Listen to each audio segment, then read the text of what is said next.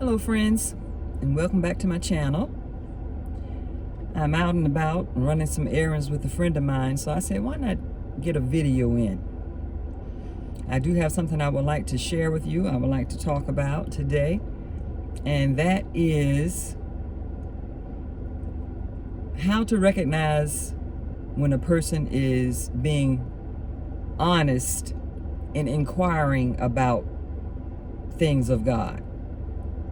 Sometimes you can run across people who are not really being honest with their intentions when they try to engage a conversation with you.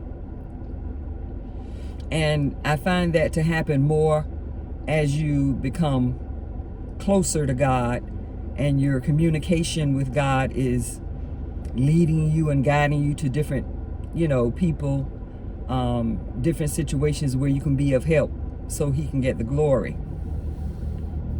So I found that it is true that once you openly profess your faith in God, the Father, Son, and Holy Spirit, that you will get two things.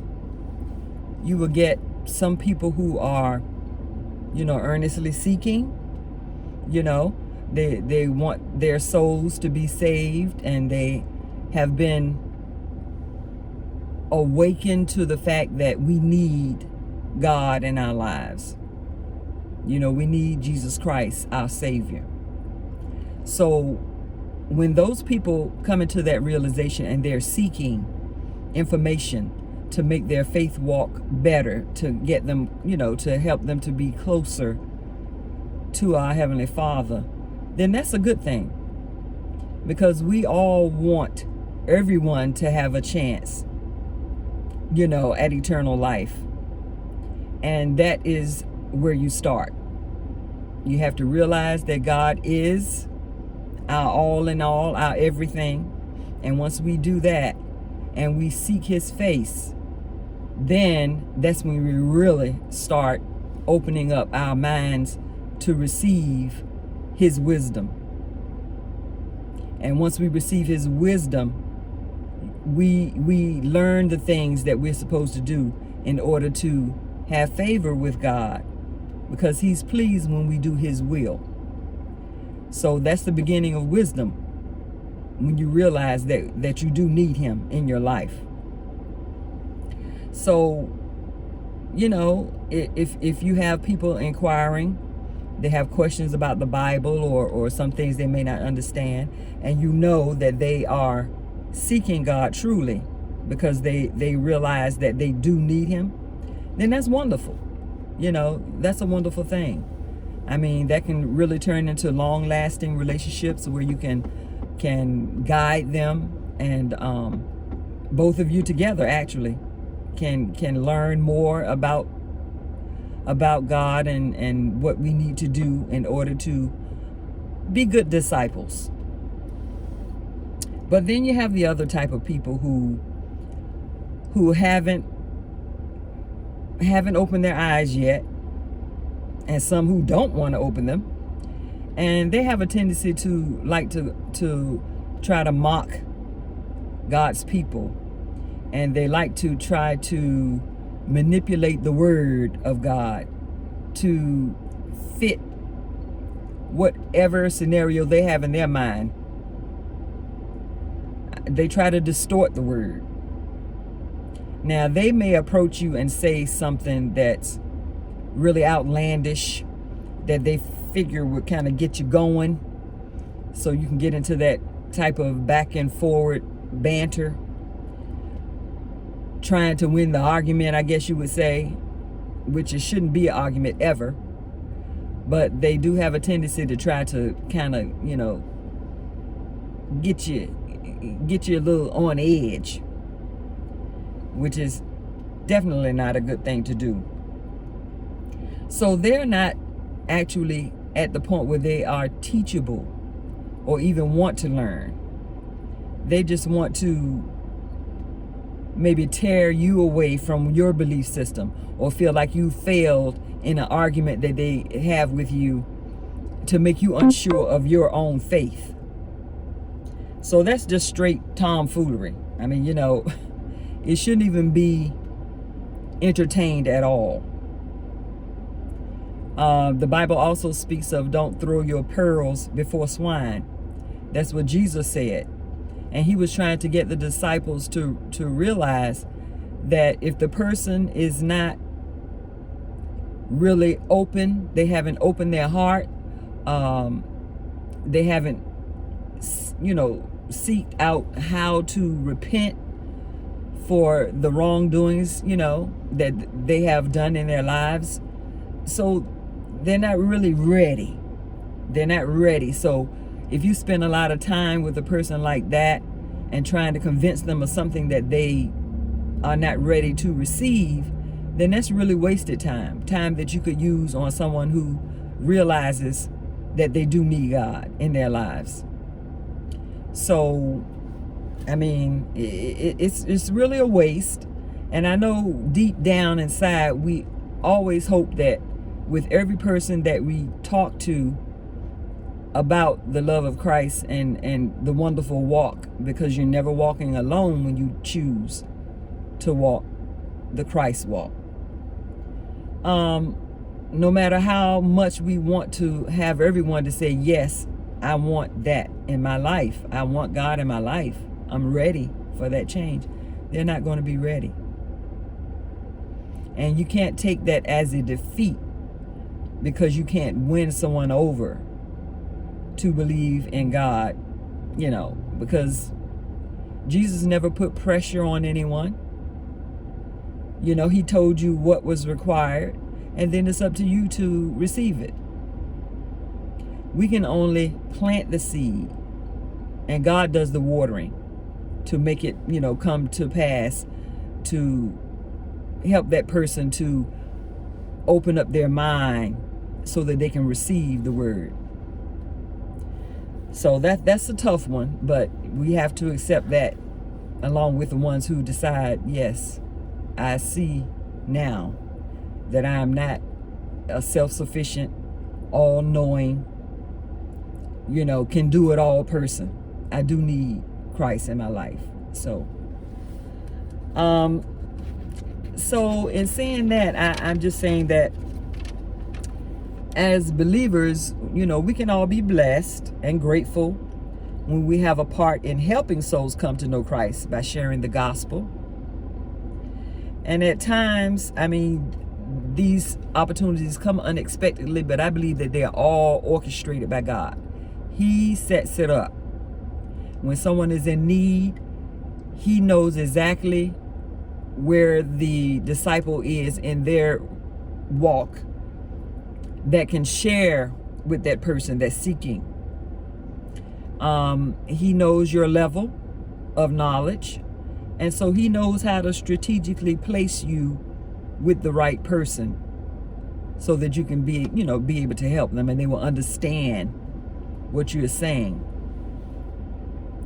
So as Christ disciples, we do endure confrontations from time to time from non-believers who attempt to dismantle the truth by scattering the flock with disbelief and belittling and distorting the truth of God's word. So don't waste your efforts on those who refuse to acknowledge God, because if they refuse to acknowledge him, they don't even have the wisdom that it takes to receive. So let me read this scripture for you. Proverbs 9, verses 10 through 12. Proverbs 9th chapter, verses 10 through 12. And I'll be reading this from the New International Version. Proverbs 9, verses 10 through 12. Okay, it says, verse 10, the fear of the Lord is the beginning of wisdom, and knowledge of the Holy One is understanding. For through me your days will be many,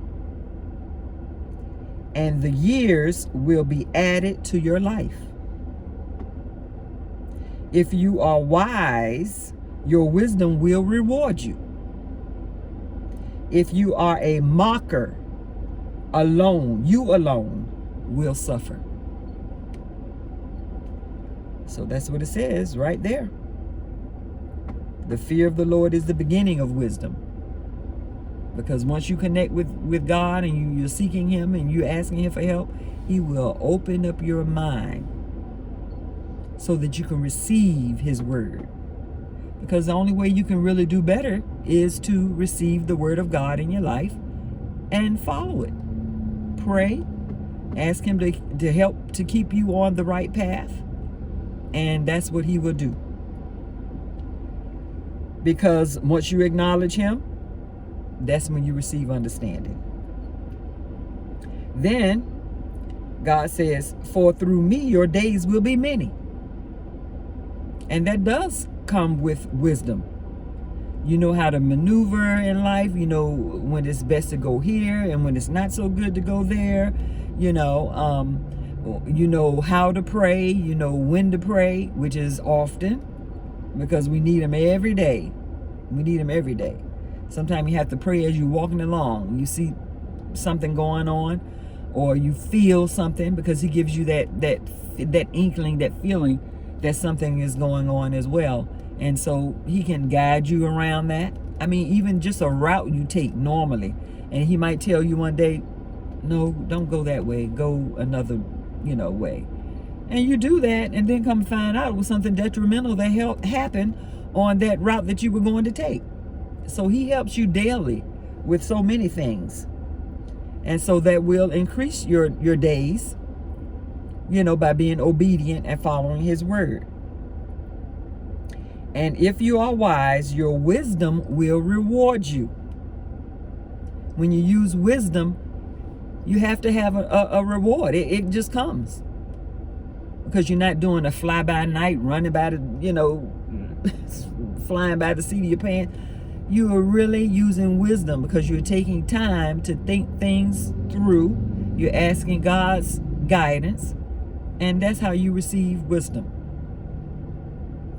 But if you are a mocker, someone who tries to make fun of, someone who tries to play with the word, to change the word around. Well, it can't mean that because if it says this right here, then, those are just people who are mocking the word. And they're not really mocking you, because the word was here before all of us.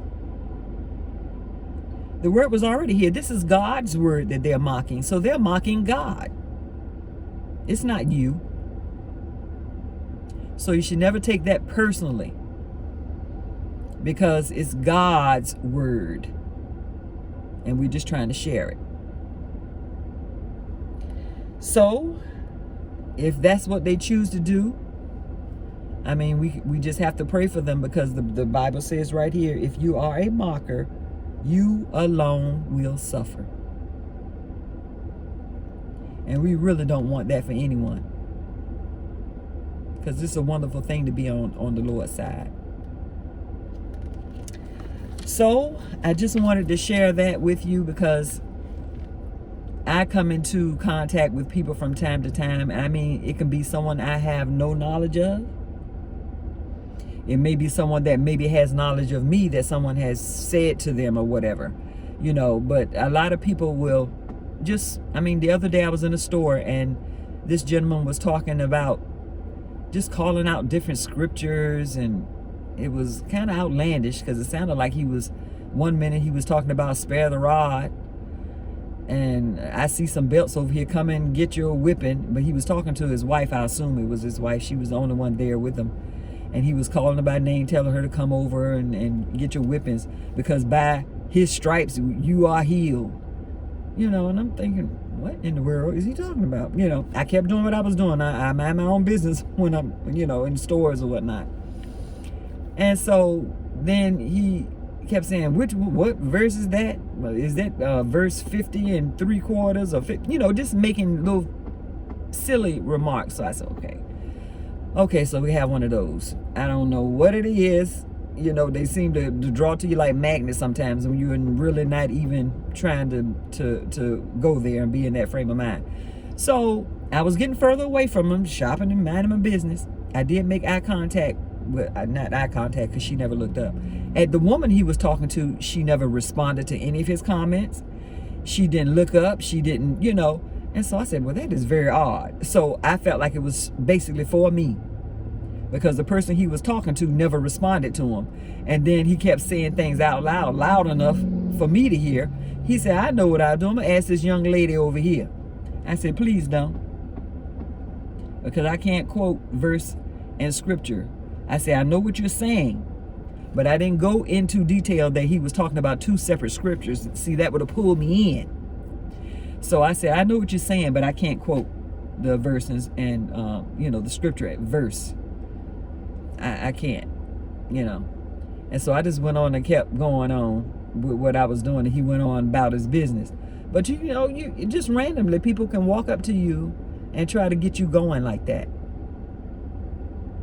So they must be agents of Satan, or some other being walking around here that's trying to make your life a little uncomfortable. But reading that scripture, this scripture, the Proverbs 9:10-12, it's not me that they are mocking. It's God's word. So friends, just be encouraged and know that you're going to have some good days and you're going to have some bad days. You're going to have some days when everything seems to be rolling right along, on schedule, on time, and all of your intended things that you wanted to do for that day are accomplished. Then you're going to have those days when someone is throwing a monkey wrench in it, you know. And so you just have to take those good days with those not so good days, and know that you are blessed because of your heart posture. Where your heart is, God knows exactly where it is. And you just keep on keeping on and doing the things you know are pleasing to the Lord, and everything's going to be all right. So thank you for stopping by again, and I hope to see you again soon. So remember to keep the word of God first forever. See you next time.